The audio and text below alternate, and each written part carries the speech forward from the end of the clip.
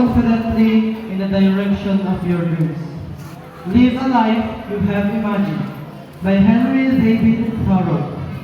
To our esteemed guest speaker, Ma'am Mary Joyce Ridolozo, to all DepEd officials, we have from Division Office, Dr. Ben Bukahan, EPS in Filipino, and all the school heads led by Dr. Liliwa Batohen Bareng, our public schools district supervisor.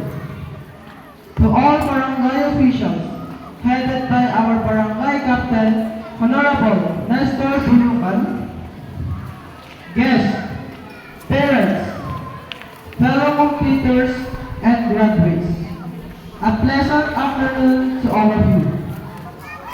As we stand to the brink of a new chapter of our lives, it is essential to take a moment to reflect on the incredible experiences and opportunities that have shaped us into the individuals we are today. Every challenge you face, whether big or small, has contributed to our growth and development, teaching us valuable lessons that we will carry forward. Sa nakaraang taon, tayo ay nagpakita ng determinasyon, sipag at tiyaga upang marating ang puntong ito. Sa araw-araw ng ating pag-aaral, may mga hamon at pagsubok tayong nilabanan. Ngunit sa bawat pagtawid natin sa mga ito, tayo ay lumalakas at lumalago.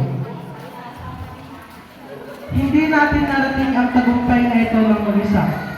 Kasama natin ng ating mga guro na patuloy na nagtuturo at nagbibigay inspirasyon sa atin.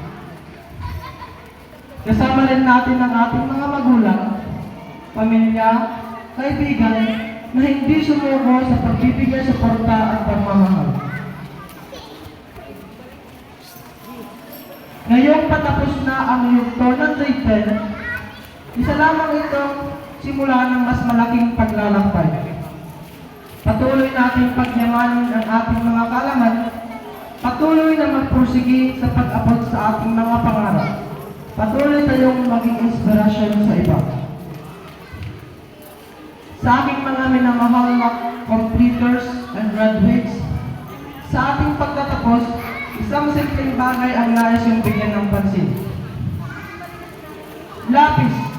Sa unang tingin, tila ito'y simpleng kasangkapan lamang.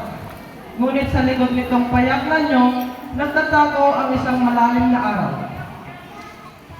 Ang lapis ay simbolo ng ating kakayahan na Ang lapis ay simbolo ng ating kakayahan na bumuo at magpahayag ng ating sariling mga ideya at mga pangarap.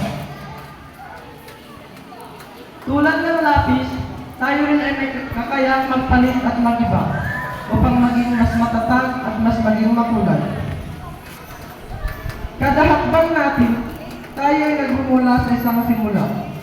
Ngunit habang tayo ay tumitibay at tayo ay nagpapatuloy, patuloy din tayong nagiging mas may kabuluhan. Kaya sa ating pagtatapos, dalhin natin ang aral ng lapis, ang pagiging matatag, masigasig at instrumento sa ating paggamit at pagbuo ng ating mga pangarap. Sa aming mga guro, magulang, pamilya at kaibigan, maraming salamat sa inyong walang sawang suporta at pagmamahal.